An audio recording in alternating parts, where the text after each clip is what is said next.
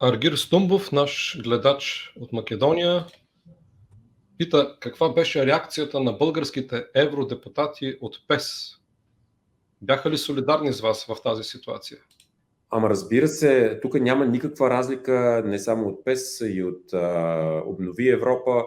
Всички представители на от България в различните политически групи в Европейския парламент имат една и съща позиция по тази тема. Нямаме никакво различие. Съответно, моите колеги, на които им благодаря, и Йохан Кючук, и Петър Витанов, и Сергей Станишев, се изказаха в тази посока за това безпрецедентно и недопустимо поведение на властите на Република Северна Македония.